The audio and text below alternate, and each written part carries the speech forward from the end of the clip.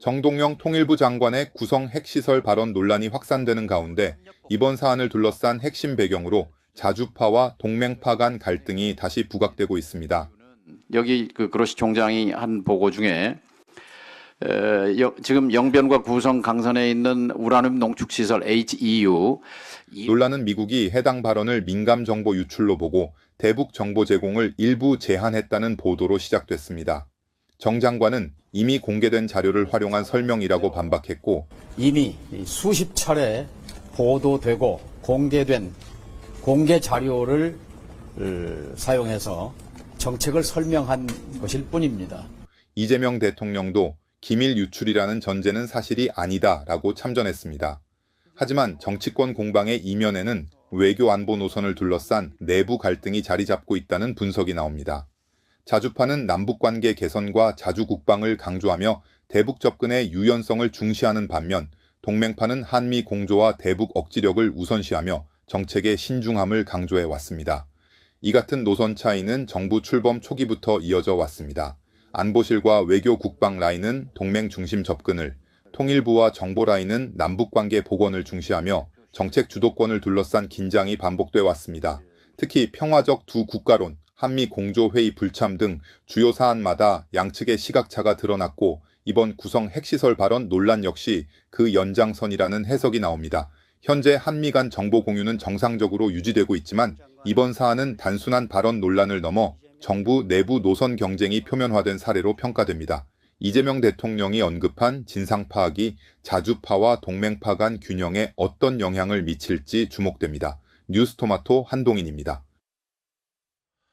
보신 것처럼 정동영 통일부 장관이 북한 우라늄 농축시설 소재지로 영변과 강선 외에 구성을 언급하면서 때 아닌 파문이 일고 있습니다. 국민의힘은 정 장관이 기밀을 누설했다며 미국이 이를 문제 삼고 있다는 주장을 펼쳤고, 정 장관은 이에 맞서 이미 수십 차례 보도되고 공개된 자료라고 반박했습니다. 그럼에도 논란이 쉬 가라앉지 않자 이재명 대통령이 직접 정 장관을 엄호하고 나섰습니다. 일각에서는 이를 두고 정부 내 자주파와 동맹파의 갈등이라는 해석도 내놓고 있습니다. 어떻게 바라봐야 할지 깊이 있게 들어가 보겠습니다. 국회 외통위 소속의 홍기원 민주당 의원, 이경열 전 앙골라 대사 두 분 나오셨습니다. 안녕하십니까? 안녕하세요. 네. 이경열입니다. 네, 안녕하십니까? 그리고 뉴스토마토 K평화연구원장 김창현 원장 전화 연결돼 있습니다. 원장님 잘 들리십니까? 네, 잘 들립니다. 제 목소리 잘 들리나요? 네네. 반갑습니다. 자, 이번 사태 어떻게 바라봐야 됩니까? 먼저 어느 분? 세 분 그냥 자유롭게 말씀해 주시면 됩니다. 예, 이번 사태는 지난 3월 6일 날 정동영 통일부 장관이 외교통일위원회 전체 회의에서 국회 외통위 전체회의에서 한 발언으로 인해서 미국이 정보 공유를 제한했다는 내용이 언론에 보도되면서 커지고 있지 않습니까? 네. 저도 외통위원이고 정동영 장관이 그 발언을 할 때 회의에 참석했기 때문에 그 네네. 얘기를 다 들었었는데 네. 사실 그 발언에 대해서 현장에서 놀라거나 새롭다거나 반응한 사람은 아무도 없었습니다. 야당조차 그렇죠. 네. 왜냐하면 이미 정동영 장관은 작년 7월에 인사청문회 때 이번에 한 발언과 똑같은 발언을 했었거든요. 네네.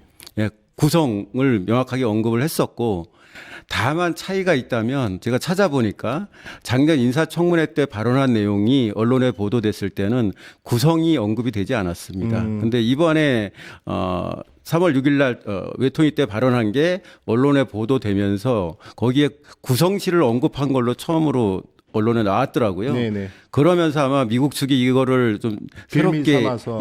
빌미를 삼아서 정보 제안을 한 것 같고, 또 사실 정보 공유나 정보 제한 자체가 대비인 사항이거든요. 근데 그게 언론에 보도됐으니 두 가지 측면에서 문제가 있는 거죠. 첫째는 정동영 장관이 그 발언을 한 게 네. 새로운 발언이 아니고 또 기존에 2016년서부터 미국의 유수의 연구기관에서 나온 그러한 정보들을 종합을 해서 정동영 장관이 발언한 거거든요. 네네. 그게 하나 문제 되는 거. 또 하나는 정보 공유를 제한했다는 사실 자체도 대입인데 그게 외부로 이렇게 공개가 돼서 이슈가 되고 있다. 이 두 가지가 문제인 거죠. 일단 정동영 장관의 당시 외통위 전체의 발언 잠시 다시 보고 이야기 이어나가겠습니다. 지금 약 16kg의 플루토늄을 꺼낸 걸로 이렇게 추정이 됩니다. 지금 영변과 구성 강산에 있는 우라늄 농축시 우리가 어떤 정보를 가지고 있는지, 얼마만큼 정확하게 알고 있는지 적에게 알린 것이야말로 이적 행위 중 이적 행위입니다. 한미 간의 긴밀한 정보 공유 체계가 지금도 유지되고 있고 정상적으로 작동하고 있다고 다시 한번 일단 정리를 하자면 영변과 강선 같은 경우는 우리가 익히 알고 있던 이제 핵 소재지인데 구성이 이제 언급이 됐습니다. 그런데 방금 일종의 지금 전체회의에 당시 참석하셨던 우리 홍 의원님이 말씀하신 것처럼 여당은 물론 야당도 이를 문제 삼고 뭐 이상한 발언이다 이렇게 생각을 안 했었는데 언론이 이걸 보도를 하면서 문제가 커졌고 또 거기에 미국이 미국 정보 당국이 우리에게 공유하던 그 정보를 제한을 하면서 한미 간의 균열 이렇게까지 확대 해석이 되면서 지금 대통령까지 나섰습니다. 그런데 대통령은 나서면서 이러한 미국 정보 당국이 우리에게 이 정보 공유를 제한하고 있다 이러한 내용까지 어떻게 지금 연결됐는지 이어졌는지 그래서 지금 나오는 얘기가 자주파와 동맹파의 균열, 갈등 이로 인한 것 아니냐. 이게 주된 해석입니다. 어떻게 봐야 됩니까? 저는 이것을 기본적으로 숙미주의자들, 미국을 숭배하는 사람들이 비단 정동영 장관 길들이기뿐만 아니라 정권을 흔들려는 시도다. 이렇게 그렇게, 생각을 합니다. 정 장관의 어떤 진보적인 행보, 대북 유화적인 발언 등등 여기에 대해서 경종을 울리면서 동시에 더 나아가서 이재명 대통령의 최근 소위 자주적인 그 행보들에 대해서도 경종을 울리려는 시도다. 예컨대 3월 11일 10날 국무회의에서 주한미군 무기 차출 관련해서 우리가 반대하고 있다는 발언도 하지 않았습니까? 네네. 그다음에 4월 2일 날 미국 상원의원 4명 왔을 때 우리 방위는 우리가 하겠다.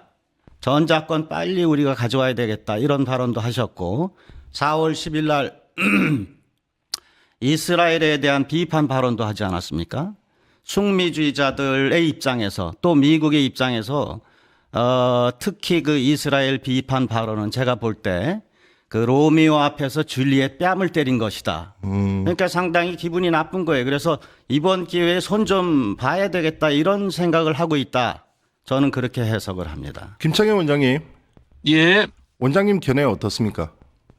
뭐 앞에서 두 분이 너무 맞는 말씀들을 하셔가지고 제가 뭐라 드릴 말씀이 없을 정도인데요.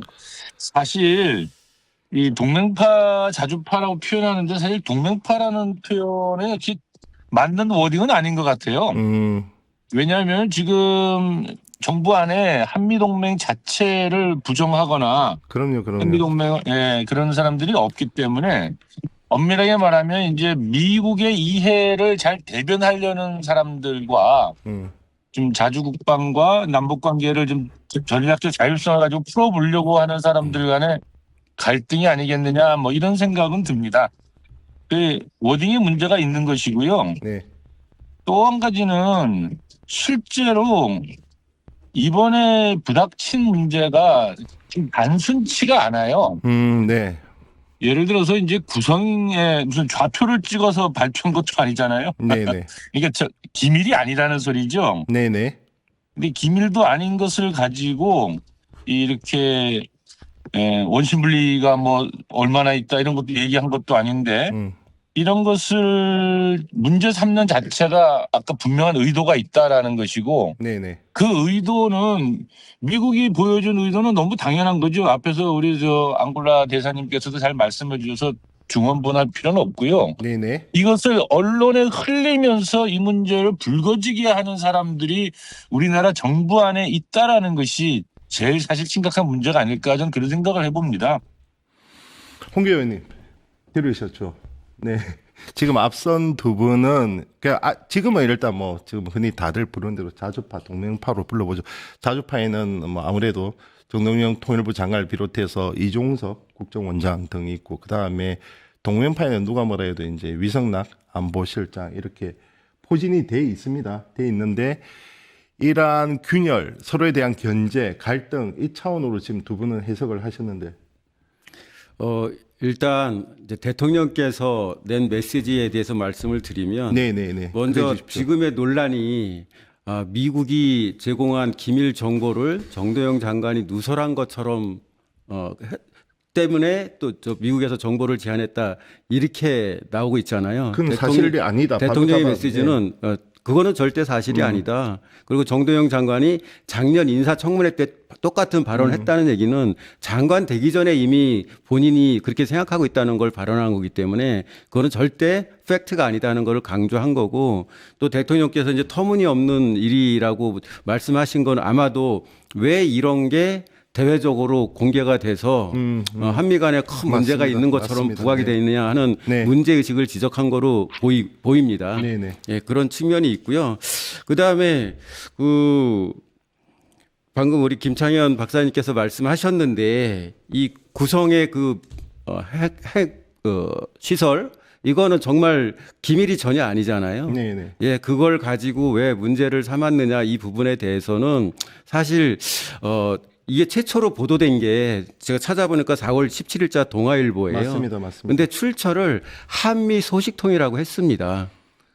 그렇기 때문에 우리 정부 관계자가 최초에 이 정보를 언론에 얘기한 사람인지 아닌지는 아직 불확실한 상황이거든요. 그렇기 때문에 이거를 우리 정부 관계자가 먼저 얘기한 걸로 단정하고 정부 내부에 균열이 있다 이렇게 얘기하는 거는 좀 성급한 측면이 있고요.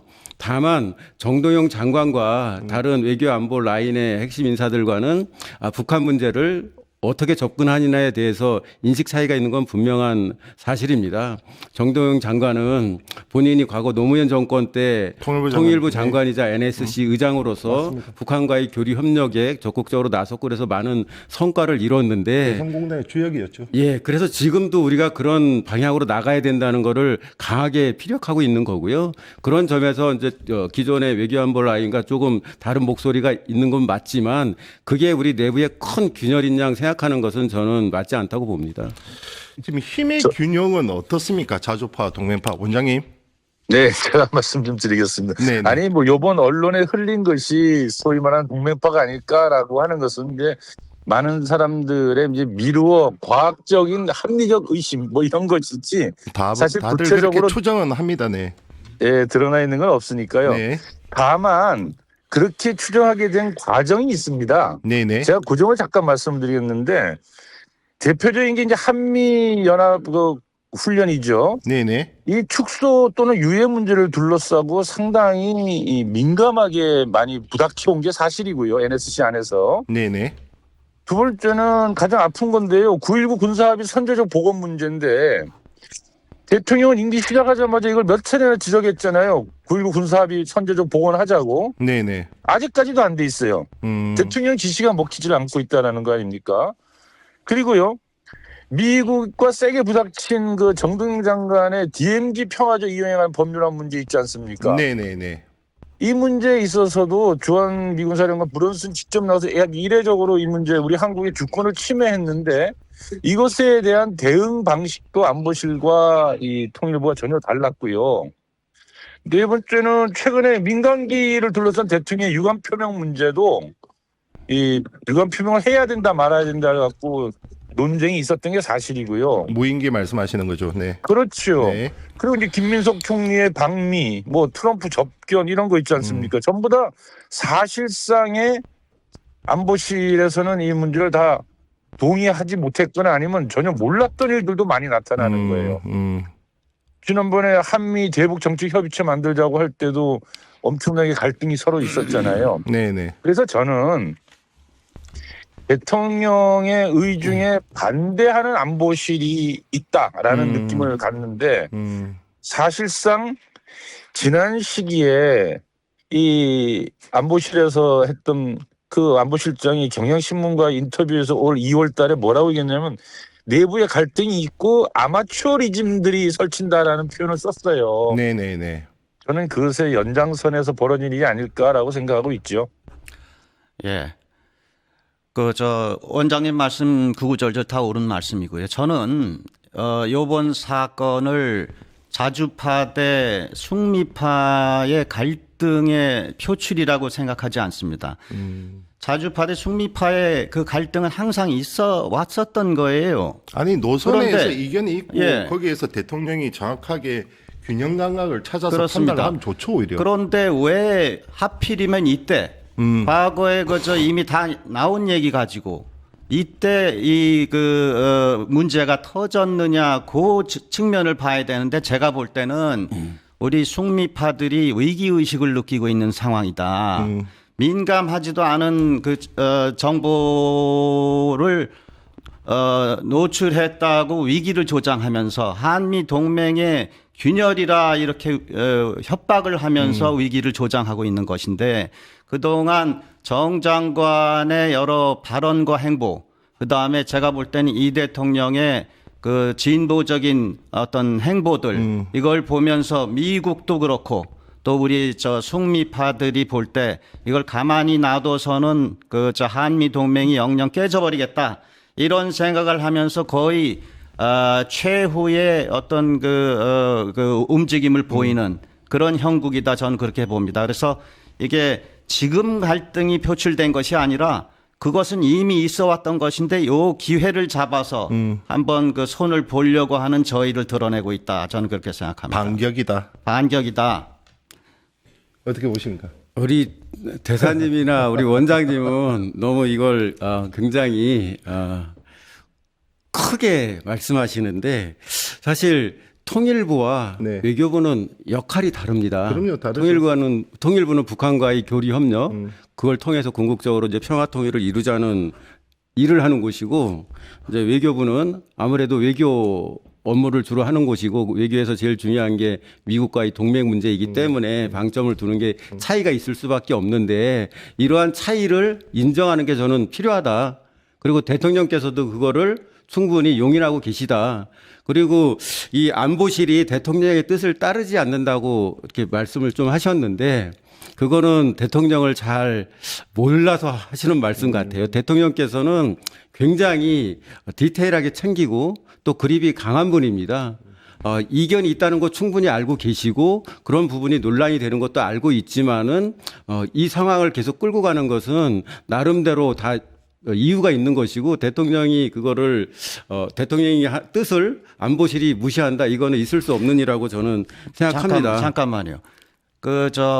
동맹파 사람들이 대통령의 뜻을 거스른다는 뜻이 아니라 대통령이 지시하면 따르겠죠. 다만 그 지시 사항이 내려오기 전까지 상황을 한미 동맹의 입장에서 미국의 이익의 관점에서만 계속 보면서 문제를 그렇게 포장한다. 그렇게 얘기를 하는 거죠. 그런데 이제 동맹파라는 말이 적절한 표현은 아니라고 이제 전제하고, 네네. 미국과의 그런 동맹 관계 또는 미국의 뜻을 좀 더 존중하자는 그런 뜻을 가진 분들도 계신데 그게 미국의 이익을 위해서다 이렇게 얘기하는 것은 사실 맞지 않습니다. 그렇게 하는 것이 이 우리나라의 외교 안보상에 또는 북한과의 문제에 있어서 푸는데 좀 더 현실적이다 이런 생각이라고 표현하는 게 맞는 거지. 그런데 이번에도 미국의 이익을 위한 거다. 민감하지 않은 정보를 민감하다고 포장을 했고 두 번째 미국이 항의를 했다. 이렇게 정부 고위 관계자들이 얘기를 하고 있는데 그것이 사실이 아닌 걸로 드러나고 있지 않습니까? 미국은 항의한 적이 없다. 국방부에서 오늘 얘기를 했거든요. 그래서 얘기 핵심은 지금 미국의 이익을 위해서라고 하는 게 뭐냐 하면은 한미 동맹이라고 하는 것을 거의 우리 헌법 위에 올려놓는 그러한 입장. 한미 동맹은 국익의 수단일 뿐이거든요. 그런데 그것이 우리 국가의 목표인 양 과장해서 우리 자율성을 제약하고 있다. 그런 점에서 평가해 볼 때 숙미주의자들은 미국의 이익을 대변하는 것이 아니냐 이렇게 평가할 수밖에 없다는 해석을 하는 거죠. 근데 지금 이 모든 논란에 전제가 정도영 장관이 미국이 제공한 기밀 정보를 활용해서 그거를 대외적으로 누설했다 하는 데서 시작하잖아요. 근데 주장이죠, 전제가 주장. 아닌 거고 네. 또 전제가 하나는 잘못되었다. 미국이 항의했다 뭐라고 얘기했다 하는 그 부분에 있어서도 그 정보의 출처가 우리 정부 관계자인지 아니면은 미국 쪽인지 이런 것도 아직은 불확실한 바로 상황이거든요. 그렇습니다. 그래서 그거를 소위 말하는 그 미국과의 동맹 관계를 더 중시하는 사람들이 일부러 흘렸다든지 이렇게 전제하는 것도 아직은 좀 섣부른 상황이다. 그렇게 좀 봐야 된다고 봅니다. 아무래도 한미 동맹을 부정하는 사람은 없을 겁니다. 네. 그렇죠. 한미 동맹이 엄혹한 이 현실 속에서 부정하는 사람은 없겠지만 미국 측의 이의 입장을 좀 더 대변하느냐 아니면 우리 측의 입장을 좀 더 대변하느냐 물론 이견이 있을 수 있습니다. 부처 간에. 그렇지 않습니까? 미국에서도 국무부와 국방부 입장이 각각 다르듯이 우리 또한 뭐 일종의 자주파 동맹표가 있는데 대통령의 흐름 그 약간 스탠스의 변화를 보면 좀 더 자주파의 무게가 실리는 쪽으로 변화가 되는 것 같아요. 드러난 것만 보면 처음에 정동영 통일부 장관이 두 국가 얘기해서 이제 문매를 좀 맞았고 그다음에 이 무인기 사태가 발생했지만 대통령이 직접 유감을 표명한 것은 상당히 이례적이거든요. 분명히 안보실 내에서도 많은 논란이 있었을 것 같습니다. 그럼에도 불구하고 대통령은 남북 간의 이 닫혀진 대화의 물꼬를 터야 되겠다. 그런 신념하에 직접 유감을 표명을 했고 그다음 최근에 잘 아시겠지만 지금 국민의힘은 즉흥적 발언으로 보는 정말 말도 안 되는 소리입니다만 이 보편적 인권 네. 사실상 이스라엘을 겨냥했는데 그 이스라엘을 겨냥했다면 그 뒤에는 무엇이 있습니까? 사실상 트럼프 미국이 있기 때문에 그러면 이 노선이 계속해서 전작권 환수부터 모든 것이 겹쳐진다면 자주파가 좀 더 힘을 실는 상황 아니냐 이렇게 해석이 가능한데 어떻게 보십니까? 기본적으로 대통령께서는 북한과의 대화를 통해서만 핵 문제를 풀 수 있다는 생각을 갖고 계신 거고요. 거기다 우린 당사자인 거죠. 예. 그리고 그 현재 북한에 대한 그 유엔의 그 제재가 사실상 이제 유명무실해졌지 않습니까? 중국이나 러시아가 북한을 대하는 관계가 과거와는 완전히 달라졌기 때문에 그런 측면이 하나가 있고 정도영 장관이 이번에 이 외통이나 또는 인사청문회에서 한 발언의 핵심은 뭐냐면은 이 현재 북한 내에서 계속 핵 농축이 더 심화되고 있고 커지고 있다. 그러니까는 이거를 먼저 중단시켜야 된다. 그럼 그렇게 하기 위해서는 뭘 해야 되느냐? 북한과 대화를 시작해야 된다. 네. 그렇게 해야 그게 중단되지 않겠냐 하는 관점인 거고 아마 대통령도 비슷한 그런 생각을 가지고 계신 거 아닐까 저는 그렇게 봅니다. 예. 우리 저는 이러한 사태가 앞으로도 좀 자주 일어나야 된다 이렇게 생각하는 사람이에요. 자주 일어나야 왜냐하면은 된다. 이런 갈등의 어떤 저 폭발이 자주 일어나야 된다는 게 아니라 네. 우리 국민들이 이 한미 동맹의 실체를 알아야 된다 이런 뜻에서 말이죠. 지금 우리 한국 국민들의 대다수들은 이제는 주한미군 철수한다라고 하는 협박에 굴복하지 않습니다. 상당히 의연하게 받아들이고 있다. 두 번째, 미국의 실체를 지난해 그 조지아주 한국 근로자 구금 사태부터 시작해서 이란 전쟁이 이르기까지 미국의 실태를 상당히 그 정확하게 보고 있지 않습니까? 그렇기 때문에 한미 동맹에만 매달려서 우리가 그 국가를 계속해서 운영해 나가는 것은 그거는 한계가 있을 수 있다. 이런 팩트도 지금 알아가고 있다. 그런 맥락에서 이번 사태도 재조명돼야 되고 그런 의미에서 이러한 사태들은 자주 일어나면서 우리 국민들의 어떤 인식의 지평이 넓어져야 된다 이렇게 생각합니다. 원장님. 예. 이 문제의 특징이 말이죠. 현재 미국과 우리 정부가 보여주고 있는 갈등이 분명히 존재하는 게 사실이고요. 그것이 사실 안보실과 통일부로 압축돼서 나타나고 있어요, 도리어. 안보실과 통일부로 압축돼서 나타나고 있다. 예, 왜냐하면 이 대통령의 의중이 통일부에 실려 있는 건 분명합니다. 그러니까 누구보다도 이제 똑똑하고 일 잘하는 이재명 대통령이 사실 가장 소신대로 일할 수 없는 분야가 바로 이 안보 외교 분야 같아요. 근데 이제 안보실이 아까 그 앞에서 잠깐 말씀들이 있었지만 미국의 입장을 대변하는 것 같다라는 느낌을 주는 이유는 말이죠. 네네. 그분들이 우리나라 안보는 미국과 입장이 일치돼서 움직여야지만이 안보가 지킨다고 믿기 때문에 그렇습니다. 근데 사실 우리 정부가 들어서고 난 후 한 첫 번째 대북 정책 발표한 게 END였지 않습니까? 네네네. 교류협력 정상화 비핵화. 이거 네. 정동영 장관은 펄쩍 뛰었거든요. 왜냐하면 이 비핵화를 앞에 내세우는 순간부터 그 어떤 국가의 대화는 없다. 관계 개선 안 된다라는 것이고 이 한미동맹을 앞세우고 비핵화 담론 끄집어내서 가장 실패했던 정부가 문재인 정부지 않습니까?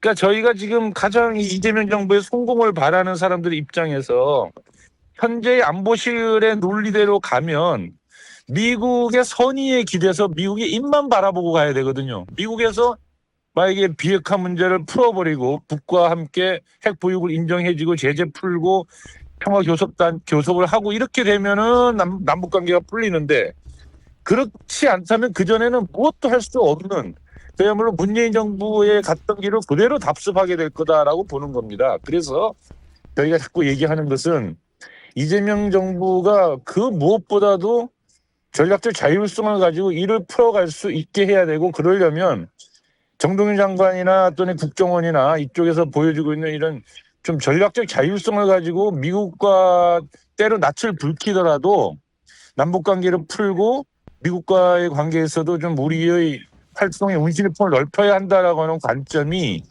훨씬 좀 크게 작동을 해야 된다. 근데 그런 면에서 좀 안보실은 상당히 위기감을 느끼고 이런 일들을 바라보고 있는 게 아니냐라는 게 저희 시각인 것이죠. 이러한 질문이 가능해집니다, 의원님. 어떠한 질문이냐면 지금 미국이 특히 트럼프 2기 들어서 상당히 이제 자국 이해만을 쫓다 보니 특히 그 이해를 추구하기 위한 수단으로 무력 사용까지 동원되다 보니 국제사회로부터 상당히 신뢰가 떨어진 것은 분명한 사실입니다. 미국의 일극 체제는 더 이상 어디까지 과연 지탱할 수 있을 것인가 이 의문점이 드는 상황에서 우리가 계속해서 미국 바짓가랑만 붙잡고 형님 할 수는 없는 노릇이죠. 우리도 전략적인 이런 다변화를 해야 되겠지만 그렇다고 해서 이 분단된 이 현실에서 자주파가 전체가 득세를 하게 되면 가령 한미 관세 협정 등 중요한 국면마다 미국과의 채널이 완전 닫히는 것 아니냐 이런 우려가 동시에 상존합니다. 어떻게 생각하십니까? 저는 일단 자주파, 동맹파 네. 표현을 좀 안 썼으면 좋겠다는 네, 게 네, 하나가 네, 있고요. 알겠습니다. 또 하나는 이제 트럼프 2기 행정부 들어서 한 각종의 그 대외 안보 정책상의 힘에 의한 그런 투사 이런 것 때문에 지금 그런 국제 질서의 변동이 있다. 그건 저도 인정하지만 우리가 이 문제 가지고 그러니까는 미국이 제공한 기밀을 정동영 장관이 누설해서 미국이 정보 제공을 제한했다 하는 게 사실이 전제가 다 틀렸는데 네네. 정보 제공이 제한된 거는 사실이지만은 어쨌든 이 문제를 가지고 이 전체 한미 관계가 문제가 있는 양 또는 충돌이 심한 양 너무 지나치게 확대해서 가는 것도 우리의 기존의 좀 고정관념에서 비롯된 게 아닌가 그런 생각을 갖습니다. 어쨌든 지금 국방부에서 이게 미국이 제공한 정보에 기초한 그런 정동영 장관의 발언이 아니라는 걸 설명을 했고 미국 측도 이해를 했다고 답을 하지 않았습니까? 네네. 그리고 외교부에서도 지금 한미 간의 교류나 뭐 협력이 별 문제가 없다고 대변인이 공식 발표했어요. 그래서 이 사실을 가지고 이 한미 관계 전반에 대해서 큰 문제가 있거나 또는 조정이 필요한 것처럼 막 논의를 확대시키는 것은 좀 과도하다 이런 생각이 듭니다. 저는 조금 다른 시각에서 보는데 제 동의를 하면서도 네. 기본적으로 자주파의 생각이 득세한다고 해서 한미 관계에 막히지 않습니다. 왜냐? 기본적으로 주한미군이라고 하는 게 미국의 이익을 위해서 있는 거예요. 아쉽습니다. 미국이. 한국을 버릴 수가 없어요. 두 번째, 우리가 3,500억 달러 그 강제 투자하기로 돼 있습니다만 그런 투자뿐만 아니라 미국의 제조업 산업의 부흥, 한국 없이는 불가능합니다. 조선 산업 마찬가지고요. 한국이 아쉬울 것보다는 미국이 한국 없으면 아쉬울 게 훨씬 많다. 그러니까 자주파가 득세하면 혹시 미국이 우리를 버릴까봐 겁내시는 것보다는 미국이 혹시 우리가 그들을 버릴까봐 겁내하는 그 포션이 훨씬 많을 것이다. 저는 그렇게 생각합니다. 원장님. 아니 사실 갈등이 있는데 없다고 얘기하면 안 되죠. 그게 뭐냐면 한미 관계는 갈등이 있어도 된다라고 보는 거죠. 제가 볼 때는. 사실 지금 트럼프 대통령이 얘기했잖아요. 4만 5천 명씩이나 미군이 있는데 왜 우리 이번에 군함도 안 보내고 안 도와주냐고 도리어 막 화를 내고 공개적으로 얘기하지 않았습니까? 사실 그렇듯이 이 국제 관계 속에서 나라와 나라 관계 속에서 갈등은 언제든지 있을 수 있다. 불원수는 뭐 기자회견까지 해가면서 화를 내고 하지 않았습니까? DMZ법에 대해서. 그런데 그러한 문제가 있을 때 어떻게 서로 간에 슬기롭게 문제를 풀어갈 수 있느냐의 문제인 것이죠. 그렇죠. 그 대목이 본질이죠. 이견이 네. 있을 수 있다. 이견을 넘어서 갈등까지도 오케이. 다만 네. 슬기롭게 풀어나가자. 예, 동의합니다. 맞습니다. 네. 예. 근데 그렇게 가려고 할 때에 정부 안에서 누가 지금 미국과 한없이 싸우기를 원하겠습니까? 소위 자주파라는 분들도 그렇고. 그러니까 이게 그러한 어떠한 상황에 대해서 정책적으로 결정을 하거나 판단을 하는 데 있어서의 이견이 발생하는 거죠. 그런데 이런 문제를 늘 어떻게 풀어왔냐면 요번과 같은 패턴은 정말 전통적인 패턴이에요. 누군가가 터뜨리고 그것을 보수 언론에 흘리고 흔들고 다시 보수 정당은 떠들고 그러면서 아이고 뭔가 국민들을 불안하게 만들고 한미동맹에 균열이 생겼다 해서 전부 다 입 다물게 만드는 이건 너무나도 오랫동안 전통적으로 써오던 수법 아닙니까? 그래서 그런 점을 제기하는 것이고 만약에 이것이 그런 전통적인 수법을 통해서 불거지고 있는 문제라면 저는 우리 내부에 그런 것을 의도한 사람들이 없기를 바라지만 네네. 있다면 그건 반드시 잡아내야 되는 문제다 이렇게 저는 보고 있습니다. 저는 네네. 미국과 이 문제에 있어서 조금의 마찰이 있는 걸 부정하는 게 아니고 이 문제를 지금 한미 관계 전반이 문제가 있다거나 또는 동맹 관계를 뭐 완전히 바꿔야 된다고 하는 정도로 얘기하기에는 이게 그렇게 대단히 큰 사안이 아니다. 왜냐하면 미국 측도 이제 충분히 이해가 됐다 그러고 또 2009년, 2018년에도 이런 정보 제공 제한이 있었거든요. 네네. 이게 유사일에 처음 한미 간에 발생한 엄청난 사건이 아니라는 거죠. 그게 하나가 있고 또 하나는 저도 미국의 이익과 우리의 이익이 100% 일치하지 않는다. 그렇기 때문에 때로는 우리의 입장과 미국의 입장이 다를 수밖에 없다. 그거를 완전히 동의하는 입장입니다. 네네. 다만 이 북한 핵 문제에 있어서는 사실 해결의 제일 핵심 당사자가 미국이거든요. NPT 체제를 규율하는 게 미국이고 또 실제로 북한 핵 문제를 해결하기 위해서는 미국의 적극적인 노력이 없으면은 불가능한 거 아닙니까? 네네. 예, 그런 측면도 고려해야 된다 이런 말씀 드리고 싶습니다. 예, 사실 맞는 말씀이고요. 이제 한미 관계에 균열이 있다고 그 진보파에서 얘기하는 것이 아니라 그런 얘기를 숙미파와 국힘에 사고 있기 때문에 그것을 지금 반박하는 차원의 얘기를 하는 거고요. 두 번째, 한미 동맹의 강화라고 하는 것은 필요한 것입니다. 그런데 한미 동맹의 강화가 미국이 원하는 것을 우리가 모든 것을 다 들어준다는 식으로 해석돼서는 안 된다. 한미 동맹은 우리의 국익을 위한 수단일 뿐이지 그것이 목적 그 자체가 아니지 않습니까? 그런 차원에서 이번 사태를 통해서 우리 인식의 지평을 넓히면서 한미 동맹을 좀 더 건강한 방향으로 서로 주거니 받거니 하는 그런 일방적인 관계가 아니라 서로 상호적인 관계로 다시 만들어 나가야 된다 이렇게 생각합니다. 네, 알겠습니다. 지금까지 홍기현 민주당 의원, 이경렬 전 앙골라 대사, 그리고 뉴스토마토 K평화연구원의 김창현 원장과 함께했습니다. 세 분 오늘 감사합니다. 감사합니다. 감사합니다. 예, 감사합니다. 네. 유튜브 구독하고 실시간 채팅과 댓글을 남기시면 매일매일 실천 TTCO를 드립니다. 참여 방법은 통통물 어플을 다운로드하고 회원가입과 로그인을 해주세요. 마이페이지에서 나의 회원 고유 번호를 복사해주세요. 유튜브 구독 후 실시간 채팅이나 댓글창에 고유 번호를 한 번만 입력하면 준비 끝! 지금 유튜브 채팅과 댓글 쓰기 참여하고 실천 TTCO 받아가세요.